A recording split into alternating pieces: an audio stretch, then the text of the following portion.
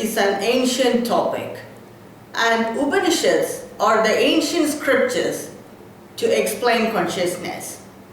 The ancient rishis of India explained consciousness to an extent.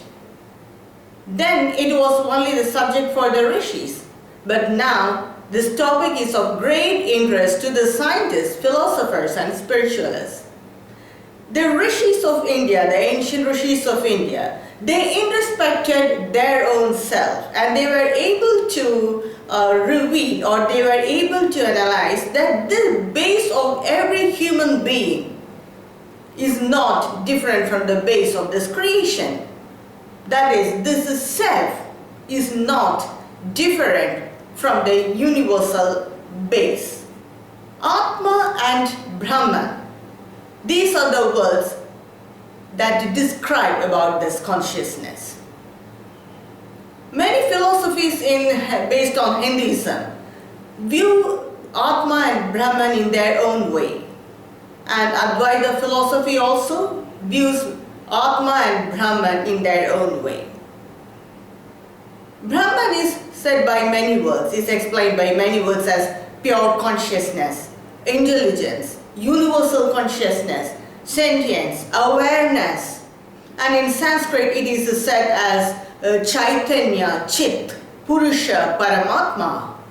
And Atma is also said by these words. It is also said as Chaitanya, Chit, Purusha, consciousness, awareness. So is Atma and Brahman, are they same or are they different? Here we have to remember the two Mahavakyas. Tattvamasi, that is you or that. You, the self, is that Brahman. And another Mahavakya, I am Atma Brahma. This Atma is Brahma.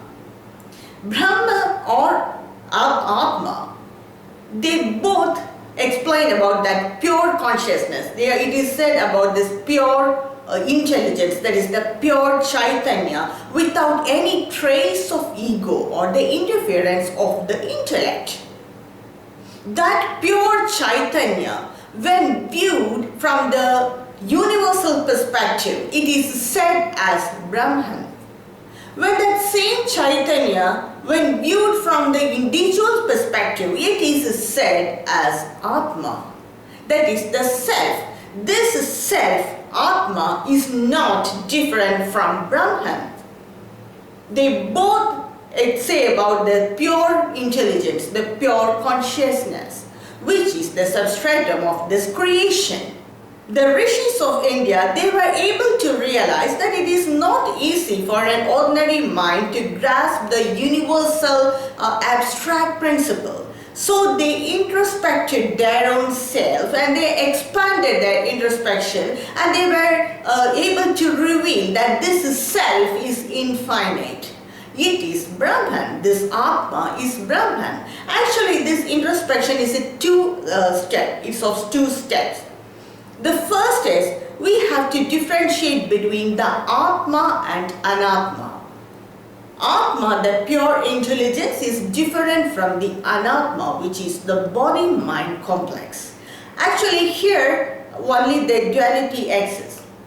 Atma is different from Anatma. And in the next step, the rishis use the technique to analyze that this Atma is not different from Brahman.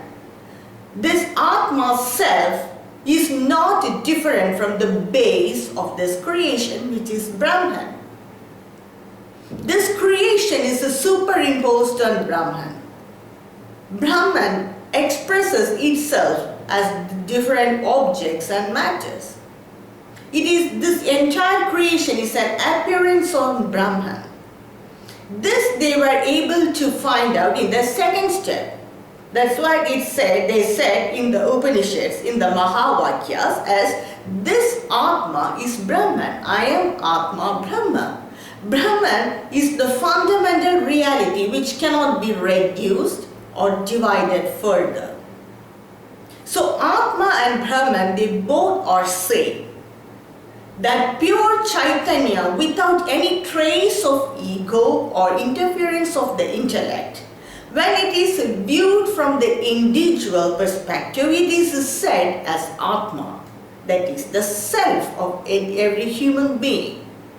And the same Chaitanya, when viewed from the universal perspective, it is said as Brahman. And that's what the Mahavakya says, I am Atma Brahman. This Atma is Brahman. And also the other Mahavakya, Tattvamasi, you are that. You, the self, is that Brahman. So Atma and Brahman, they both are same. Only the perspective on which they are viewed are different. Thank you for watching.